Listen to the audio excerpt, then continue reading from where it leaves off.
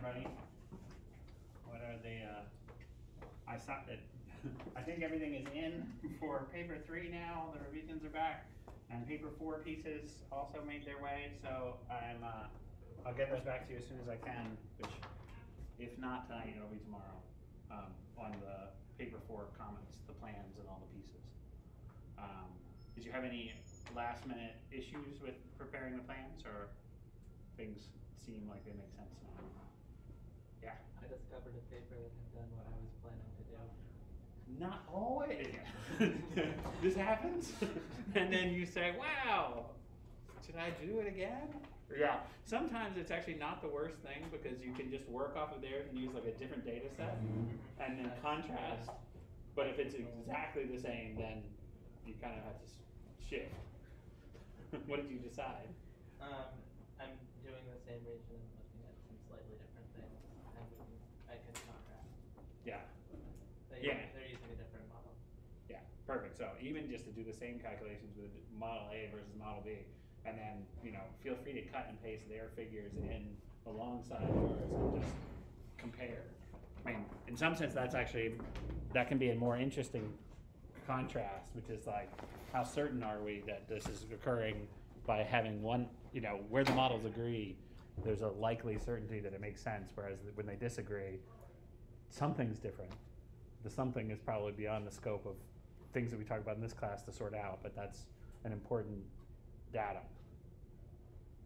Okay, so as we said last time, we're switching gears out of, and I have critical reviews, so I will leave this with you guys. Will someone volunteer to take it back over to the geochem office? Or actually, I think these you just put them in the mail slot, so you can put them in the mail slot downstairs. Isn't that right? I think so. I think all you have to do is put it in the in-campus mail. Does somebody know, is there somebody who knows where the mailbox is in this building? The planetary mailbox, like right next to the water cooler downstairs by the front steps? Okay, thank you, Johnny. So you guys can fill these out, put them back in the envelope, and then give them to Johnny when we're done. And so we'll quit with 10 minutes or something left to go. Has everybody done these before? Yes. Hailey hasn't, but there isn't one for her in here, so that's all right. Okay. Great. All right. So as I said last time, we're starting to talk about climate change stuff.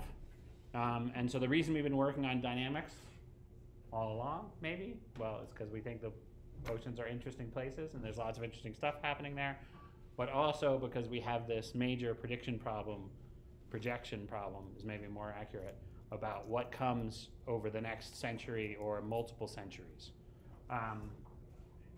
So we will, so today we're going to talk about sea level, which has a big hunk of ocean warming in it. And then we'll come back and talk about ocean warming and the linkages of ocean warming, ocean acidification to other parts of climate change and what the impacts are next week. But today we're focusing on sea level. So sea level has a lot of different components. Oh, and I will say, so this is touched on nicely in 2 chapters in Wunsch. Wunsch is one of the people who really challenged the sea level folks to get this right. He was instrumental in the analysis of altimeters. So altimeters are a radar instrument that says where the sea level is in some sense, but it's kind of not the right sea level measurement. It's next to the sea level measurement you'd like to understand. So his book is really a great one to read on this. And then most of the slides I'm talking about today are drawn from the IPCC 5th assessment report. So not the one that I'm on, but the last one. And that has sort of up-to-date stuff. I actually just was updating a bunch of the slides to get some 2018 results so that some of our time series will go up a little closer to the present. Okay? All right, so sea level, or more precisely sea level change, is composed of a number of different effects. Thermal expansion of seawater, and then this one. So these are changes in the mass of the oceans. You're actually adding extra water from some other reservoir. So if you melt sea ice, it doesn't change the sea level, right? because it was already floating to begin with, so the displacement was there. So, like, if you have a drink, like a glass of ice water, and the ice melts, it does not overflow. It stays at the same level as the ice melts. Because the ice poking out of the top, the freeboard is just enough so that the density works out just right. It's Archimedes' principle. But the land ice, which is either ice sheets or glaciers, or it could even be river ice or pond ice, but something that's not presently in the ocean and floating in the ocean, when that melts and runs its way into the ocean, it actually increases the mass of the ocean. So that's a big part. So one is that the seawater can get bigger if it gets hotter. There's a smaller effect from saline, but that is negligibly small, so it's not worth worrying about too much. These two that add mass. And then the other interesting part of sea level is that the solid Earth actually responds. So we talked about the tides being the ocean response to gravity changing, but actually when you pile up the tides into one place, the Earth squishes out underneath. So the tides end up losing about 10% of what they would have otherwise because the Earth squishes out underneath the added mass. Plus, if you melt a glacier, the Earth will rebound. And if you melt a whole lot of glaciers, like the last ice age, the Earth will rebound a long way.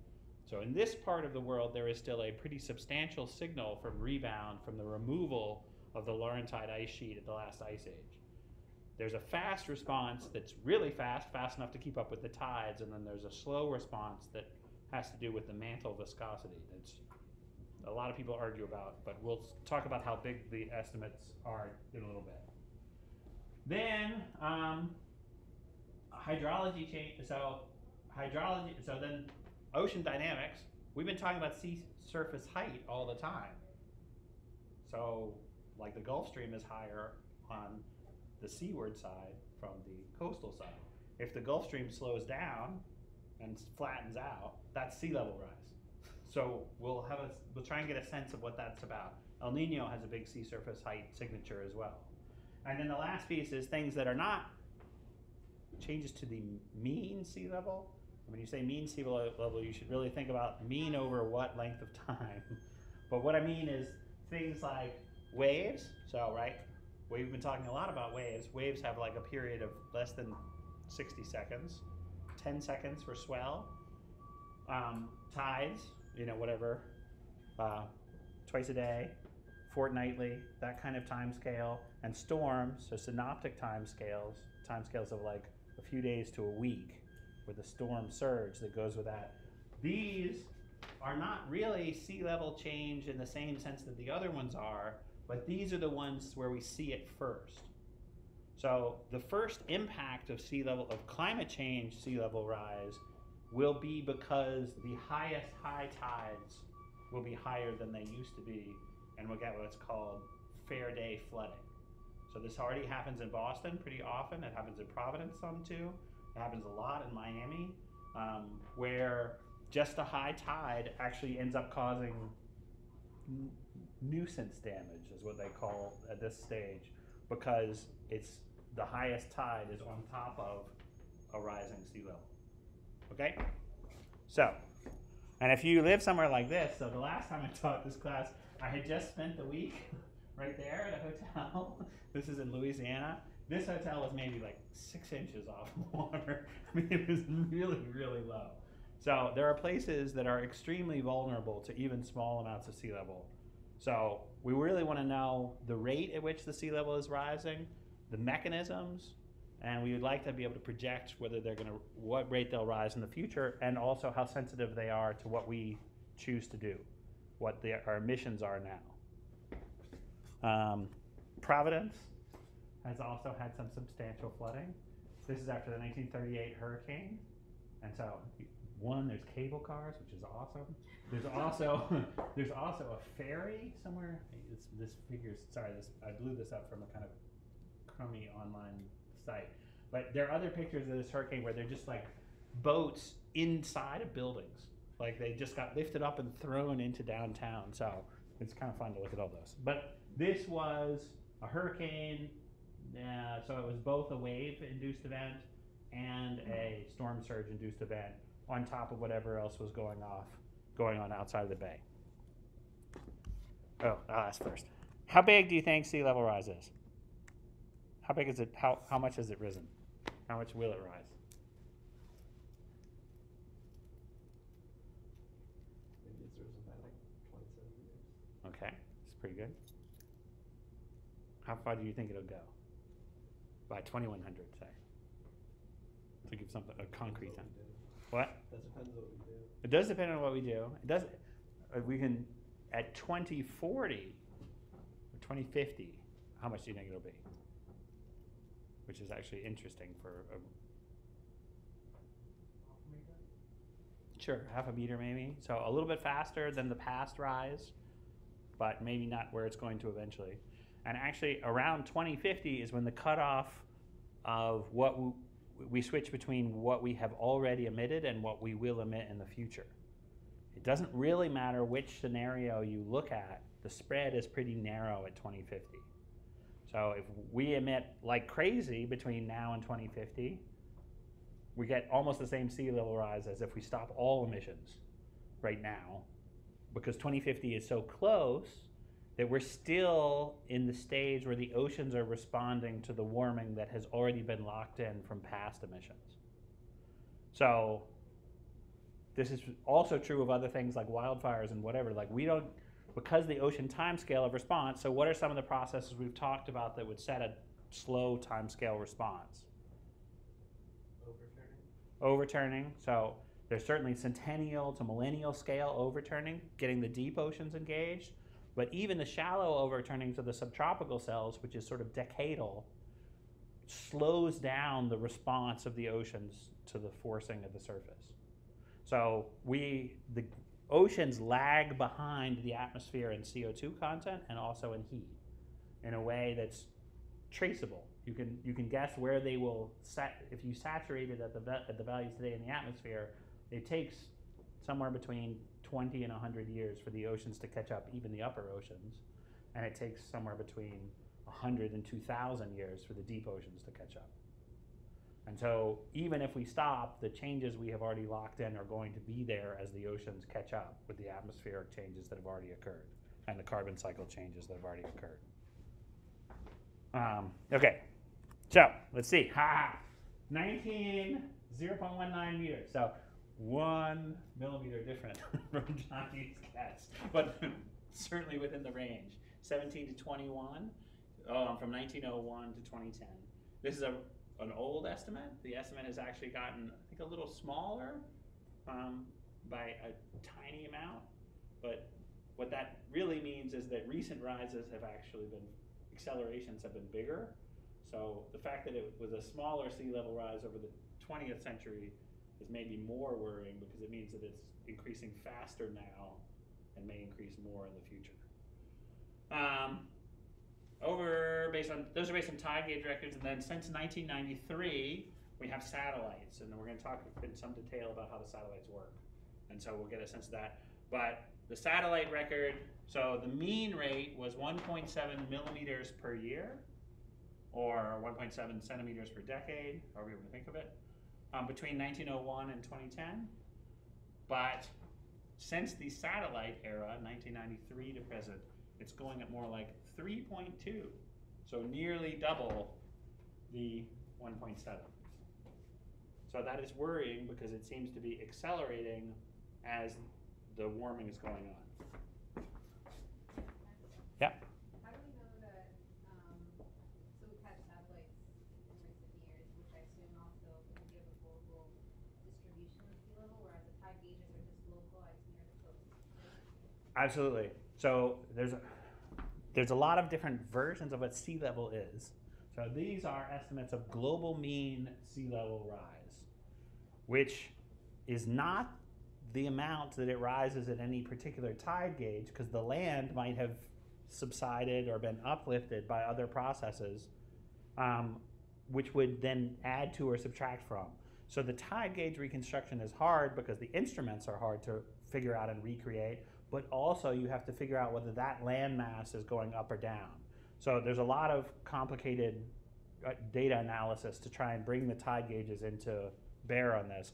And obviously the uncertainties in the tide gauges are much larger, and the tide gauges only measure certain places in the world, not everywhere. So it's a complicated reconstruction from that point too. So this range is quite large. This range is, so maybe the right way to say is so this is 20%, not even, below, and this is more like, I cannot do that in my head. That's 10%, that's 10% too. You would think that it would be bigger, but this is a longer window that they're calculating the trend over, so the noise is hammered down by the length of the record, whereas here the record is shorter but more precise. All right. So it's very likely that the warming of the upper 700 meters of the ocean has been contributing an average of 0.6 millimeters per year of sea level rise. So 0.6 as compared to 1.7, so about half of the signal from over the 20th century, but then now it's dropped. So something is changing in the warming phase since 1971. I guess that's 1971 to 2013 is probably the right way to read it. It's likely that the rate of sea level rise increased from the early 19th century to the early 20th century and increased further over the 20th century. And it's likely that the magnitude of extreme high sea level events has increased since 1970. So this is that sunny day warming, but also Hurricane Sandy was really, really damaging, partly because it arrived at high tide, but partly because it was on top of a sea level rise signal that gave a little bit more, 20 centimeters or more extra, versus seawalls and things. Yeah. I'm confused about the definition of the magnitude of the extreme event. Is it compared to the current mean or to the 1901? No. So what they do is they quantify like a long-term, what's the 100-year event? So what's a 1% likelihood for something to happen in a given year? And then the 100-year return times are now coming every 5 years. So its frequency has increased, but it's the same quantification of height. Does that make sense? So you take a very long record and you say every 100 years we get a flood of this magnitude. But if you subtract the sea level rise from that flood height to normalize it across time. Oh, if you took the trend out, yes, no. So it's including that trend. So it's not saying we'll get to storminess. Storminess is also increasing, which is part of that rise piece. But the bigger part of the rise piece is that it's just being added on top of this overall trend and mean sea level. Yeah? Does the warming of the upper ocean include the melting of sea ice, or it's just the expansion of water? Well, it includes the water that's coming in thermally, but it's really the warming of, so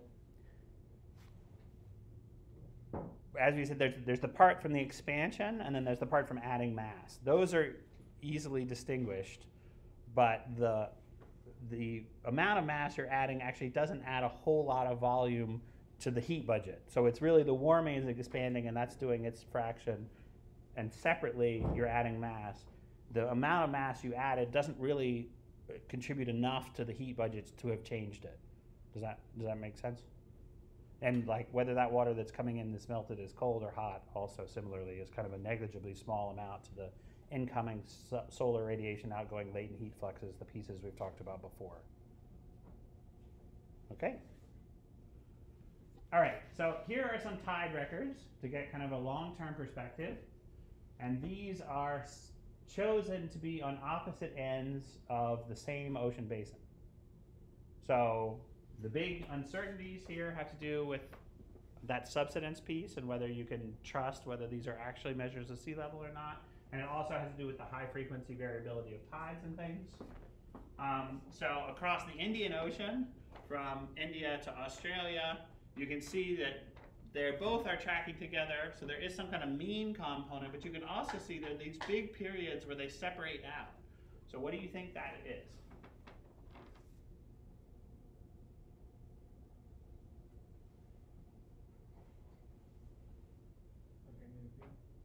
Can So these are sometimes not co-varying.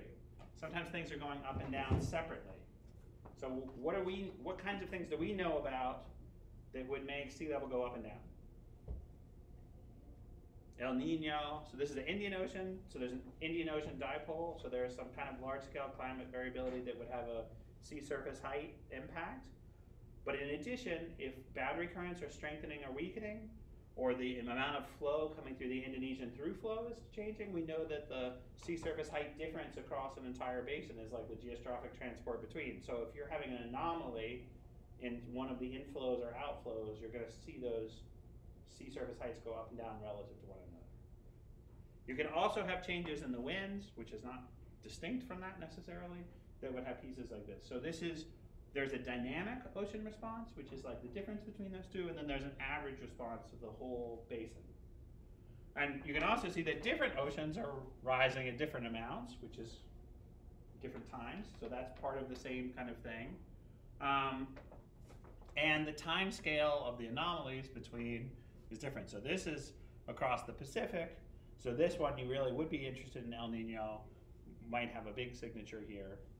This one across the Atlantic has a different signature, so maybe variation in the MOC there the AMOC would have a signature in that one. So different dynamical processes we've talked about as some of the differences, but on the whole, it looks like the sea level is rising everywhere, which is something to explain. Does that make sense? Okay. So what are all the things we have to think about? So this is one of these lovely schematics that just shows you pictures, okay? So glaciers on mountains, or also there could be low-level glaciers in some places too. But when glaciers melt, they add mass, ocean mass to the ocean. Groundwater inside the Earth is not presently changing the ocean, but if we do like we do in California and pump all the groundwater out and put it on the crops, and then it runs off down the rivers and into the ocean, we have actually moved water out of the Earth and put it in the ocean. During an El Nino year, you get more rain in some places and less rain in other places. That affects these. Whether you end up with a net source to the ocean or net sink is kind of a complicated thing to think about. The ocean properties and circulation is what we've been talking about all along, so we're comfortable in that part. Sea surface height variations with geostrophic flows is like right there. Like that's exactly the kind of thing that we would think about. El Nino as well. Then relative sea level, so that's not the mean sea level, but the sea level relative to this location, which might involve the land subsiding. Land will definitely subside if you suck the groundwater out. Land also subsides because it might be like Cape Cod and it's just a remnant of the ice ages, so it's just sinking because it's not really a permanent feature. Or there might be uplift. The uplift might be there because of tectonic forces, like on the west coast. When you have San Andreas, you can actually lift one side of the fault relative to the other. Or in Maine in particular, because the ice sheet was removed, the whole Earth is rebounding slowly as the mantle fills back in that hole that was there from the ice sheet squishing the Earth down. There's atmosphere-ocean interaction, which is where the heat is getting exchanged primarily, but then there are interactions with ice sheets and ice shelves. So an ice sheet is the part of the continental glaciers, the big ones, that like Greenland and Antarctica, and the ice shelves are these floating tongues that come off, and they are floating, so if they break off, they don't actually contribute to sea level, but they have a really important role in keeping the ice sheet back on land. So if you remove the ice shelf, suddenly the ice sheet starts slipping out and tries to make a new ice shelf. And so they're coupled together in a particular way. The really important place is the grounding line, which is the last place that is where it is supported by the Earth. So the last place where there's pressure of the ice sheet onto the Earth. If that retreats, it affects the stability of the ice shelf and the ice sheets behind it. All right, I'm not going to go through this, but there's a whole, you can go into all kinds of bits and pieces of the story. So the best studied part of this whole budget process is the thermal expansion part. And this is exactly what we have talked about, what we think about. This is maybe the most oceanographic topic. Density decreases with temperature, so the sea level will rise if a fixed mass of ocean water is warmed up. You warm it up, it gets bigger. That means the sea level rises even if the mass doesn't change. This is our same story of like heat budgets that we talked about before, like what sets the ocean temperature. If we change the incoming, change the outgoing radiation, we would change the temperature of the oceans. So which one actually gets changed under climate change while we're on this topic? What's the direct, if I add CO2 into this picture, what changes? Does CO2 affect visible light? Not much. So the sunlight coming in and the reflected sunlight going out doesn't get changed much by CO2, at least not directly. What about the evaporation from the sea surface? Is that strongly affected by CO2? No. But the long wave radiation, the infrared radiation that's going out of the ocean and also but from the atmosphere back into the ocean is affected. So how much of the outgoing radiation from the atmosphere upward and from the ocean upward makes it back to space, that's the one that gets blocked by CO2. So if you block this arrow and then say reflect this stuff, make it, it starts changing the whole system. But the confusing part is that the change isn't so obvious in that, because then it changes other things like, well, if it warms up the water, then it starts making more clouds. Then the more clouds starts affecting this one. So it's all linked together. So it's kind of hard to get all the pieces in the chain back together. But on the whole, most of the warming, this change to this guy is order of about 1 watt per square meter. And most of that warming actually ends up in the upper ocean, warming the upper ocean by 1 watt per meter effectively over the Earth. So the energy ends up in the ocean. And it ends up, so, well, that's the next slide. So this is an estimate from traditional hydrography, so measurements from ships, and then from the Argo era of where the energy went. So you can figure out how much the excess energy is over these same windows. They had satellites at the top of the atmosphere measuring what's coming in from the sun and what's going out from, so the difference means there's extra energy in the system. Where did it go? So in this part, about 0.625 watts per square meter global equivalent ended up in the oceans, of which the Southern Ocean has a detectable big piece and the abyssal ocean has a tiny piece. So that's what's going. There's a pretty big uncertainty on it because it's a lot of ocean to measure. But by contrast, the atmosphere is like this, which is 1/10 of just the Southern Ocean. So the whole warming of the atmosphere, the thing that we get worried about, is a trivial amount of energy. So it's the residual of all these other things that's the part we're worried about. The warming of the land is also not very much, because it's not because the land didn't warm up. It does. It actually warms up more in temperature than the ocean warms up, but it's only the top bit of the land that warms up, the part that's actively getting sunlight on it or exchanging energy with that. So it's maybe a meter of a couple meters of the land that's warming up, whereas this is 700 meters, 2,000 meters that's warming up. So plus the density of water is almost as high as the density of land, except rocks do sink. So it's not quite as high, so that's not so bad, but the heat capacity of water is actually higher than the heat capacity of most rocks. So they're kind of ballpark the same kind of thing, except the volume that's engaged here is much bigger than the volume that's engaged there. And ice, there's just not enough of it to make much of a difference, even though there's a lot of it is melting.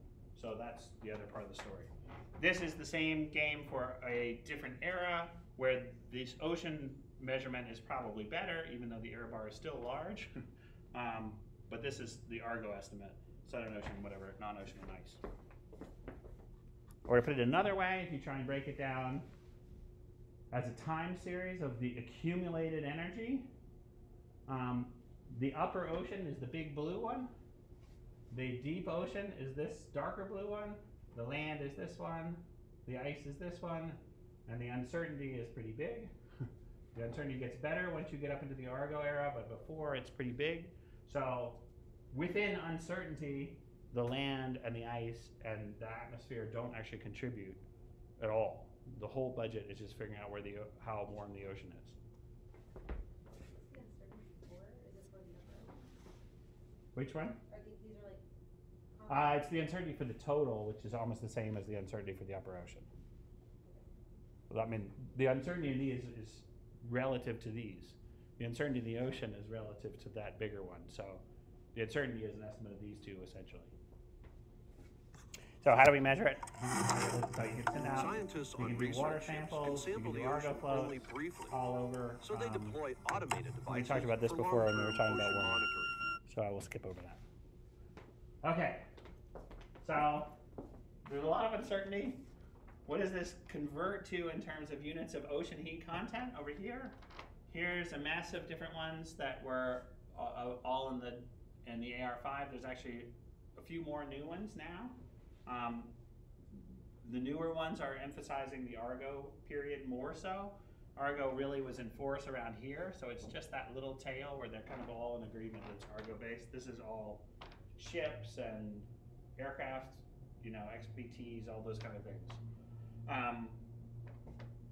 So the warming is agreed upon on all of them from somewhere ballpark here on, but there's a lot of scatter among them. And in the deep ocean, the variability is maybe lower, but also, the number of measurements is very low. So it's complicated to figure that out. And the really deep ocean below 2 kilometers doesn't seem to have warmed up as much as the 700 meters to 2 kilometers in terms of energy units, which has to do with the fact that where's all of this 2,000 meter and deeper water come from? It's all pretty much the Antarctic bottom water that we talked about. And so it's formed consistently around Antarctica, but relatively slowly compared to the volume. So the flushing time scale of this is very long. The flushing time scale of this stuff, which is mostly North Atlantic deep water, other deep waters and intermediate waters, has a faster turnover time. So in the 50 years or so of warming that was detectable, it's gotten more deeply into the surface ocean, a little bit into the next piece, and then not too much yet in the Antarctic bottom water. Doesn't mean that it won't, it just hasn't gotten there yet.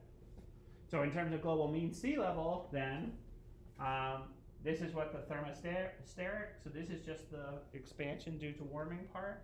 And so from 1970 to 2020, you get order of 3 or so centimeters that's coming from the upper 700 meter expansion, and kind of 1 centimeter coming from the next 700, 2000, and hardly a millimeter from the below 2,000 meter expansion. And these are still pretty noisy, as you can see. So when you take the trend out, there's a lot of variability left over, which is part of the reason why it's hard to estimate this. Mm-hmm. Are these calculated locally? Because you're talking about the energy budget, you said that locally things can vary, but on global mean, you can take the in versus the out. But for thermal expansion, it seems like you would have to take a local effect of out. Yes, so these are, yes. So it does matter like which water mass you're heating. You get a different amount of expansion putting the same amount of energy into deep water and surface water, or salty water and fresh water. So all those pieces are part of this story. So it's not enough to just say that we know how much energy there was to get the sea level right. It depends where in the vertical and where in the horizontal you apply it. But that's sort of a secondary effect. The bigger effect is just warming will give you expansion. And it gives you the right order of magnitude of expansion just to put it anywhere, and then ensemble, scramble all the places you could have put it. So this, over the satellite record, this is the global mean sea level estimates from 6 different groups. And so you can see that unlike the tide gauges, there's not a whole lot of disagreement. There's still some disagreement. The bigger disagreement actually is how you correct between the global mean sea level and the reference ellipsoid, which is something that we'll talk about. But essentially what the satellites are measuring has to do with an idealized vision of the ocean surface rather than the actual surface that the ocean is going on. So there's some corrections that have to go into figuring out what this means. But so anyway, and then all the numbers are up at the top for the different ones, and they're pretty much from 3.4 millimeters, well, 3.28 to 3.44 millimeters per year. So they're all in agreement over this record. And this is showing the uncertainty that's due to those different corrections. In particular for this satellite, Topex Poseidon, which for technical reasons I do not understand, is harder to correct than the more modern satellite records for what the drift was in terms of its measurement of height. Yeah. Sorry, what's Topex? It's just the name of a satellite. So this is the part where it's hard to correct. There was one satellite, and for whatever technical reason, that particular satellite design is harder to do this with than the ones that they figured out after. So this is giving a scatter for the satellite corrections, and then this is the derivative of that, essentially. So this is the trend in millimeters per year. And you can see that, so there's a scatter, but then from somewhere 2007 or so, once we've gotten on beyond Topex Poseidon, things are pretty clear.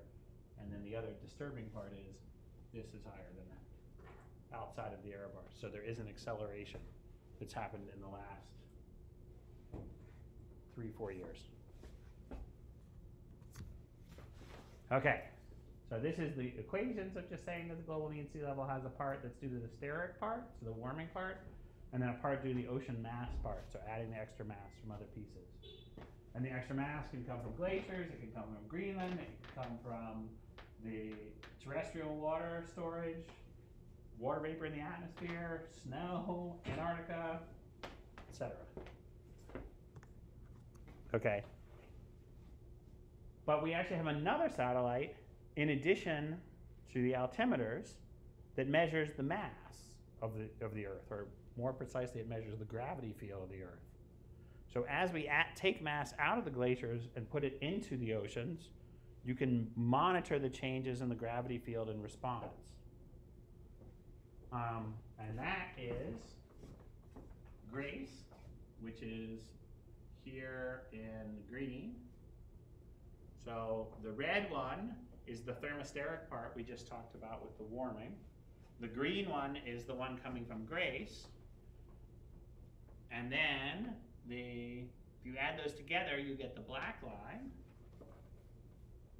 black dotted line, and then the total sea surface height as measured from satellites is the blue line with the blue scatter. So this budget is closed in the sense that if you account for the part that's due to the thermal expansion and the part that's due to the ocean mass addition, when you're observing the ocean mass addition, you get the same answer. You can figure out how much mass was added to the ocean and how much did the ocean expand. And you get the answer either way you calculate it. So we're measuring the total height, we're measuring the ocean mass, and we're measuring the thermal properties of the ocean.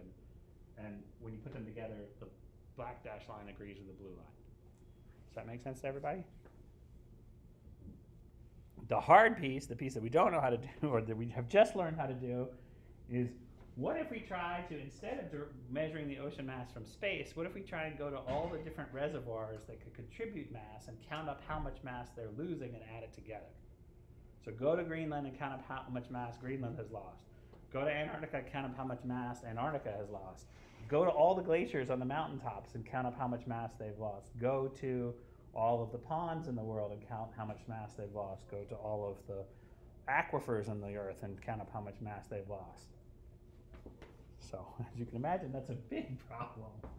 And so circa the AR5, there were kind of vague sort of approximations that things were kind of ballpark, that they weren't, they could say that none of those were negligible. They had a sense of how big they were, but they couldn't get them to add up and give you the total mass. But as of last year, that is not the case anymore. So there was a World Climate Research Program, which this is the summary paper, but there's a paper from 2017 by A.M.A. Slangen and company that they went to the different, collected the different measurements, put them together with the statistical uncertainty, and then saw that the observed ocean mass change or the observed sea level change is consistent with the observations of all the different contributors within their uncertainty ranges. So there's not anything missing from the system anymore. So this is what that looks like. So the red one, this is the one we just saw before, the satellite one. So the red one is the observed global mean sea level, and the blue one is the sum of thermal expansion from Argo plus gray spaced ocean mass. And the little green ones are the residual. And then this one is the sum of the mass components ignoring the land water, because that one's hard to figure out what it would be, because all the aquifers, who knows.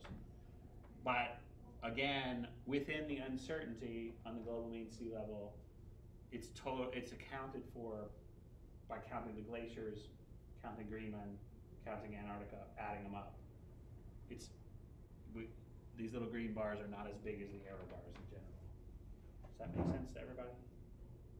So the difference between this one and the last one is this doesn't involve a direct measurement of the mass. This involves the mass of the components.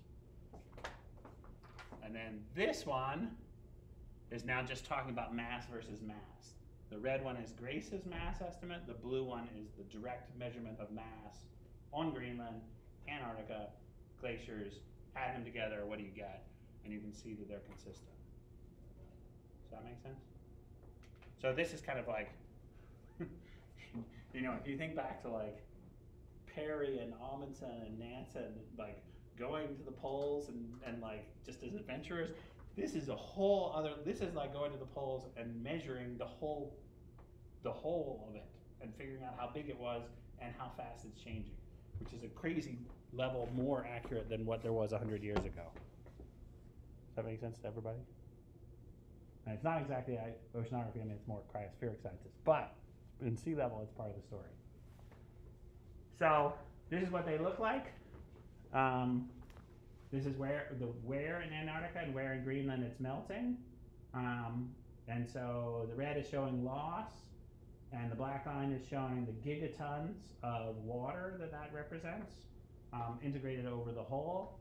And the little red arrows are showing you where they are in time series. So this is whatever, 14 years or something. And so it's consistently that there's loss happening in Antarctica, there's loss happening in Greenland, and the numbers on this side are bigger for Greenland. So presently Greenland has lost more over this interval than Antarctica did. But we don't know that that's going to stay the same way. That's just what it was. And so I want to give you some sense of why it's hard to do this. So in the top, these are just the derivatives of those last slides. In terms of like what's the change each year in Greenland on that side and what's the change each year in Antarctica. And basically you can see that there are relatively few dots. The dots are very noisy. This is not an easy thing to do. Every time, this involves a survey every year. This is what the terrestrial water storage looks like for one anomaly year. Which is it? Oh no, these are the trends from 2002 to 2014. And so this is just like, this is from Grace, so this is based on where the gravity says the water moved. But you can see, look, there's a huge seasonal cycle in water storage. There's a background trend.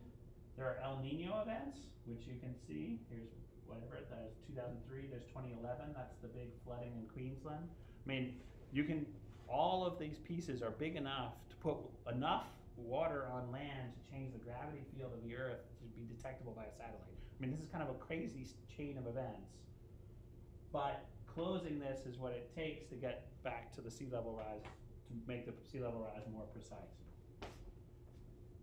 And then this is the other part of the story. This is the solid Earth response, or more precisely, this is two different estimates of the solid Earth response subtracted from each other. And so this is in millimeters per year, from 30 millimeters per year to minus 30.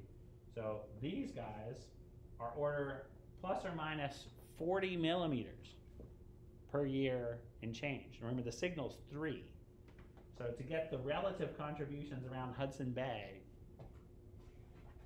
these are not, you know, maybe one of these is right and one of these is wrong, but more likely this is just, we don't actually know what's happening up there relative, because we have big issues in this part of the story. And, sorry, this is the difference between 2 miles of GIA correction to grace. So this is also, this is the glacial isostatic adjustment, but the problem with this is that this map requires you to know this map, because this map is the change in water, but it's measured using the change in gravity. But if the Earth is also rebounding and changing gravity, you have to subtract that part off to get this one. So they're tangled together in that gravity-based detection. All right. So a little bit more on the particularly Antarctic ice sheets and ice shelves. So here's the ice sheet. And so in normal balance, there's snow over there. And so stuff is sliding out and then going into the sea. So normally there's a net accumulation over the interior, and then there's an ablation or calving of icebergs out on the other side. This is that grounding line, and here's this ice shelf. So if the ice shelf gets removed, quickly the grounding line retreats and you start forming a new ice shelf back over here, and then particularly when the ground goes this way, if it goes that way, it's more stable than this way. And in the West Antarctic ice sheet, the part that we think is most unstable, the grounding line goes downward. So it's retrograde, which is the more unstable configuration.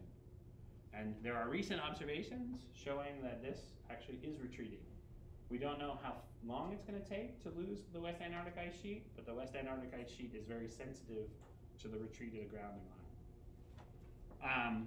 But in addition, there's this beautiful ocean ice shelf interaction that's going on, where there's like warm eddies or bringing in water from the ACC that's warming up over there, and then it's melting the bottom from the underside, and then salt is getting rejected, fresh water is getting rejected. That's doing all kinds of interesting oceanography. None of this is part of the climate models yet, because it's too hard to have floating ice on top of oceans and keep the model stable. And this is only, tens to hundreds of kilometers wide. So it's all happening in a sub-1 climate model grid point. But we can tell when we do regional modeling, those interactions are really important in how stable the ice shelf is, and how warm water intrusions from small submesoscale eddies and things can actually affect that transport. There are two key mechanisms of shelf. So one is the marine ice shelf instability, which is what I just talked about, this grounding line retreat.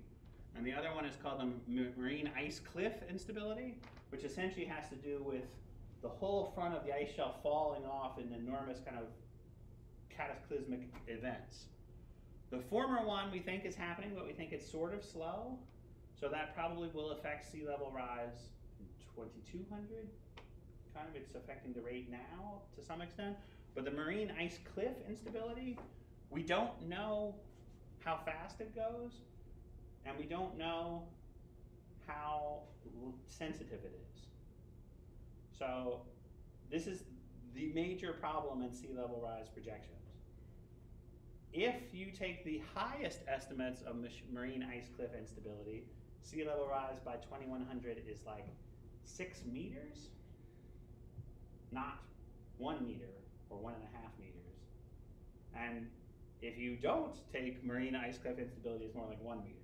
So it's like an unlikely thing that it's as fast as that, but it's kind of outside of you know, is there a 5% chance? Is there a 1% chance? Is there a 1 in 10,000 chance? Like, it's something we don't understand. We don't really observe it to happen except for in intermittent events, so we don't understand how it affects the overall budgets. So it's really difficult to bring that into the story, but it has such a cataclysmic result. Like 6 meters of sea level is like no more Boston, no more Florida. That's a lot of sea level rise. 1 meter is like, all right, we have to be careful, we have to do some things in some places that are more sensitive, but it's not kind of a change. And maybe Boston and Florida are not the worst example. Hong Kong, you know, Guangzhou, other cities that are much more populous are also under major threat when you have that level of sea level rise. So in the past, there have been, one other question is so what if we just don't worry about 2100? Like, where is this going to go eventually? Like, so what happens if I warm up the Earth 2 degrees and then just hold it there? Where does the Earth get to? And so this is showing how the different components, so ocean warming at the top, mountain glaciers, Greenland, Antarctica, in units of sea level, meters, respond over a very long time scale. So this is many thousands of years on this side, and this is over 2,000 years on this side. So as you would expect, if you warm the Earth more, the ocean warms up more. And so it pretty much goes linearly at about 0.42 meters per degree C. So if we warm to 2 degrees C over present, we expect the ocean to go up by 0.84 meters eventually. It'll take it a while to get there because all of, you know, the deep water has to warm up and all that stuff has to happen. But after many thousands of years, that's about the level we expect. The mountain glaciers aren't quite a line. They cap out, which has a lot to do with all of them being gone. But there is a certain piece here. These numbers are smaller than those. There is an additional piece from the mountain glaciers, but over the long term, that's not a big level of sea level. Antarctica has a pretty linear of about 1.2 meters per degree C. So it's about, if you let all those marine ice sheet instabilities, shelf instabilities, marine ice cliff instabilities do their thing and catch up, this is about 3 times as big as that. So eventually, even though we have just started to see Antarctica starting to melt, Antarctica will eventually contribute 3 times what the ocean thermospheric expansion will be if we go to a particular temperature and hold there. Okay, and the most interesting one of all is Greenland, which doesn't change a whole lot for the first degree, and then seems to have a step function jump somewhere about 1.5 degrees C. This figure is the reason why the Paris Agreement talks about keeping things under 2 degrees or 1.5, at least from the ocean perspective. This is not what you want to see. That like, oh, you're humming along, you got, you know, 50 centimeters of sea level rise, everybody's fine. Then you go 1/10 of a degree warmer, and now you're at 6 meters of sea level rise. All not instantaneously in time, but you're committed to it occurring. And what this doesn't show is that this is actually a nonlinear system, so the hysteresis kicks in. So once you got this, if you cool off again, you don't go back here. So there's a step function in the Greenland. It's essentially a total loss of the Greenland of Greenland. I mean, that's whatever, virtually all of it. There's a few mountain glaciers that get left behind, but most of Greenland melts away under this change. So even though we might not be worried about the sea level rise by 2100, we should be very worried about the sea level rise that comes after, especially because there's a committed change. So 1 meter by 2100 is not the same as 1 meter by 2100 with 5 more to come, nor is it the same as 1 meter at 2100 with 3 millimeters per year rise, which is what we're coping with now. It's more like 1 millimeter at 2100 with 21 millimeters per year happening at that level. So the projections actually say that the rate of increase will be greater even as we reach 2100. So there's an acceleration going, and that doesn't seem to be likely to slow down by the end of this century anyway. Have you seen an updated version of this figure for AR6 yet? Sort of. There are a few drifting around. There is one paper that exists, which shows that this is not there in their model. So this one is not. This one is not. This one we don't know yet. This is still in the works. This will be a major thing that the Ice Sheet Model Intercomparison Program, ISMIP, will get in touch with. This is one of their protocols, essentially. So I don't know what the numbers look like yet. They haven't run those yet. They have to wait till CMIP 6 is done and then they can run those. So it's like end of the year before we'll see it. Yeah. Where is like the mechanics behind Greenland being so different in response versus the other? Right. So Greenland and Antarctica are really different in that, so pretty much all the way around here you have these ice shelves and then a grounding line, and so it's like that kind of floating ice shelf, iceberg calving for most of Antarctica. So it has one particular class of responses. Whereas around Greenland, most of the active melting is actually shooting out through just a few fjords, and then they have relatively high banks. So they're not like calving icebergs all around. There are a couple of little inlets that are jetting out. So essentially, things are different. This is a different place, and interestingly, like the people who work in Greenland don't work in Antarctica, and vice versa. They're like different people. They don't talk to each other, except for in these assessment reports. So it's a very it's a different style thing. Plus, the weather is different. You know, this is in some sense more connected to the extratropical rather than the polar latitudes. The changes in the Arctic are really significantly different because of the sea ice change. So in the Antarctic, sea ice is sort of not changing much yet, whereas in the Arctic, it's changing a lot, and so there's big summertime openings, so the whole weather pattern around Greenland is changing in a dramatic way. Whether that's accurately included in that little step function or not, probably not. That was kind of a crude model estimate, but this is what we're trying to get onto, is whether it's how all those pieces fit together.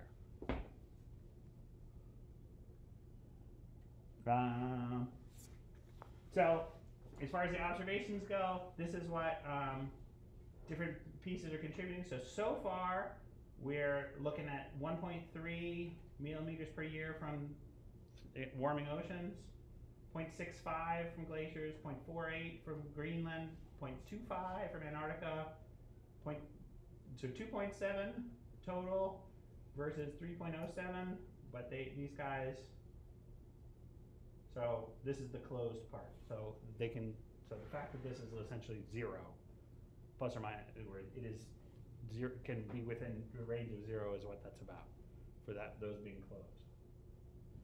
And right now, it's the warming of the oceans that contribute the most. But if you look into the future, the thermal expansion, at least in this set of models, was big, and it is bigger for the warmer ones.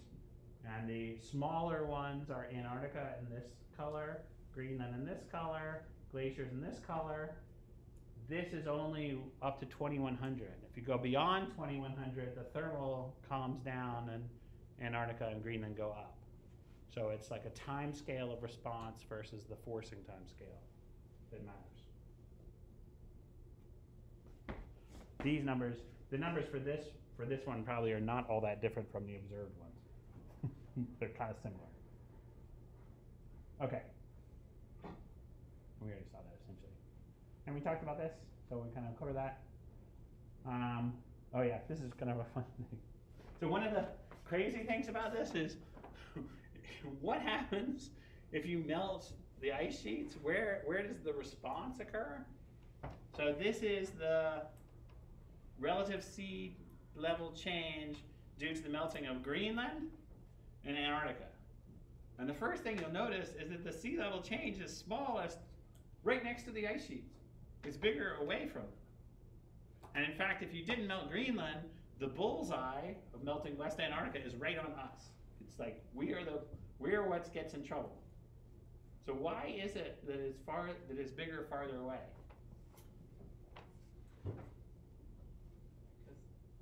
I know you know, but let's see. The Yeah. Earth isn't a perfect sphere. Earth isn't a perfect sphere, and it's in fact a deforming sphere. So part of it is you take all the mass off the ice sheet, you put it in the oceans, and the ground goes pop and bounces up. Well, another part of it is, if you take all the mass off the ice and put it in the oceans, you just change the gravity field, because the gravity field used to pull the sea level up, because the ice sheets are big and massive. And if you remove the ice sheets, now it doesn't have any that gravity anymore, and so the sea level actually drops just in response to the change in the gravity field. So, in turn, those two pieces are part of what makes this map complicated. All right. We don't have to mess with this. That's the same thing I just said. There's now a paper that's coming out this year that's trying to make all the language much more precise, and I won't tell you, I am not yet fully comfortable with the more precise language of Gregory et al. If you would like to get really into the nitty-gritty of what the difference between global mean sea level rise, relative sea level rise, extreme sea level, mean sea level, the geoid, the reference ellipsoid, they are giving you a big string of words to try and clarify what's what. And it has to do with, like, you know, what is sea surface height? Is sea surface height the distance from the geoid, the distance from the reference ellipsoid, the difference from the sea level floor minus the mean height of the sea surface? And they're all different. So you have to figure out what you mean by what for what purpose. And so they have tried to clear this all up. And it's kind of a fun pedagogical exercise. Okay, relative sea level. So this is just looking at a bunch of different locations in the world. And so the red line marks what the altimeter saw, and the gray are tide records of that same place. So you can see in some places, like Pago Pago, it's pretty much tracking right along. The altimeter and the tide gauges agree. But in Manila, something is happening in the tide gauges that are not explained, which probably means that Manila is sinking in addition to the sea level coming up. And in Stockholm, you see the altimeter is going up and actually the sea level is coming down, because Stockholm used to be covered with an ice sheet and it's not anymore, so it's popping back up, and so it has uplift instead of it. And so, like our story, this is just sort of data to show the same thing. Paleo sea level is a fun thing to do. They think about, so you can do it by figuring out where salt marshes are in the sediments. And you can figure out where the water level is based on the sediment cores, essentially, like where was the salt. And the salt marshes have to be right in the tidal zone, otherwise they don't survive. So you can reconstruct it that way. You can also, at certain places, when there's tectonic uplift, you can see where the beach was, because it gets cut into the rock, so you can track it over time. And if you know the rate of uplift, then you can figure out what the sea level was. And you can actually do archaeological sea level based on where cities were located that were coastal cities. So there's all kinds of ways to do this. The only important thing is that there's just a massive hockey stick in this, like there is in surface temperature, that if you go back to 3000 before present, it's pretty flat, plus or minus, 0.2 meters. And then this guy is up at about 0.3 over 0.3 since the 1700s. So the modern one, this jump in altimeter, is not seen for 3,000 years. So it's not only that it's happening, that we can measure it now, but there wasn't anything else going on beforehand. So that eliminates a lot of possibilities. And the last thing I want to talk about before I give you this are the dynamical sea level. So this is another beautiful image of a sea surface height under El Nino and all of our Rossby waves and eddies. And those numbers up there are plus and minus 18 centimeters. So if the whole change over the 20th century was 20 centimeters, the fact that every eddy is 18 centimeters plus or minus tall means that we have a hard problem when we're measuring the world, right? Every month it's going up and down as much as the whole change over the 20th century. So it's a big noisy problem to try and sort out. So every tide gauge is getting all these effects from all this stuff, which is big in comparison to the overall trend. So you can try and track those to particular dynamical effects like Kelvin waves, Rossby waves, all of our favorite things from this class. You can find what the El Nino does to sea level and subtract that off if you wanted to look at the trend removing the El Nino wobbles. And so there's a nice paper using EOS by Ben Hamilton that shows how to do that. And, oh, the last little piece. What about waves and all this stuff? Waves are actually changing. They're probably not the biggest part of this story. This is showing, let's see, significant wave height.